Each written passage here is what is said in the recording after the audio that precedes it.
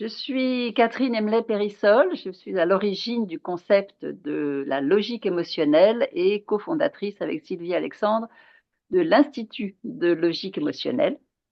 Et je vais vous parler pendant quelques minutes de ce moment que nous avons vécu dans le cadre d'un atelier de recherche sur un thème qui évidemment nous sensibilise tous, qui est le thème du harcèlement.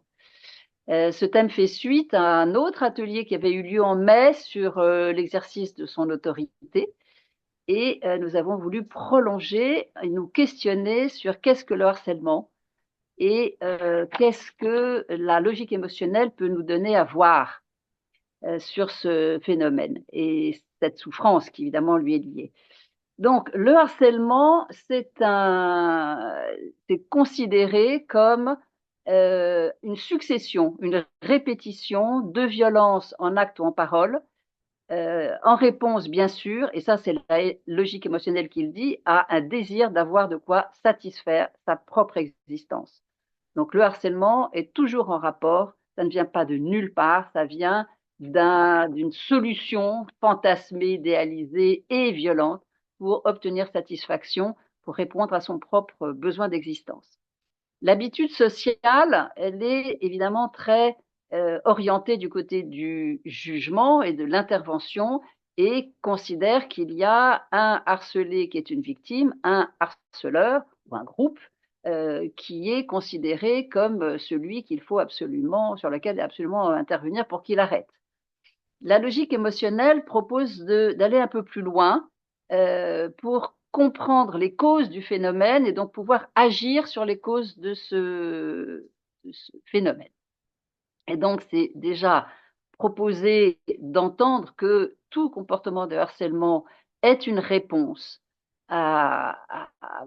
donnée par un individu ou un groupe à ce désir d'avoir le pouvoir et d'avoir le contrôle.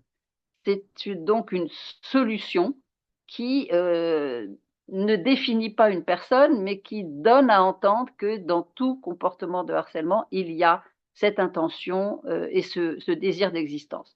D'autre part, la logique émotionnelle propose, il faut du courage pour ça, mais propose aussi d'entendre que la personne qui est harcelée, eh bien, avant de subir ce harcèlement, c'est déjà une personne qui porte en elle aussi des habitudes d'auto-harcèlement. Donc ce terme est important à entendre, non pas pour juger la personne qui du coup participerait au phénomène de harcèlement comme si elle était coupable, mais d'entendre des habitudes qui du coup participent à une faille, à une identité très fragile du fait d'une exigence vis-à-vis de soi, d'une pression pour être autre et différent que de ce que la personne est naturellement déjà dans sa propre vie.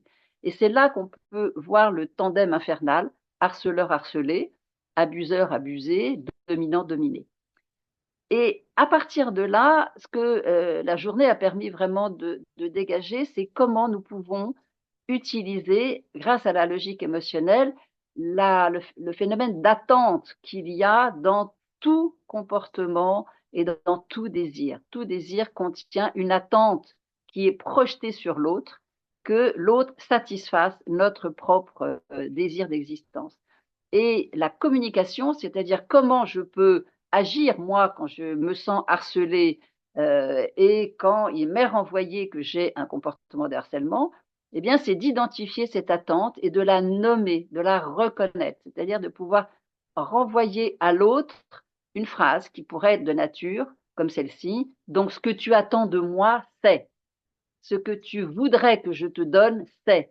Ce que tu souhaites recevoir de moi, c'est. En fait, dans tous ces comportements, il y a évidemment une attente de reconnaissance, une attente identitaire, une attente d'amour. Et donc, c'est ça que la personne qui se sent harcelée peut entendre et restituer à l'autre comme étant son attente et non pas ce que je dois faire pour satisfaire la personne qui me harcèle.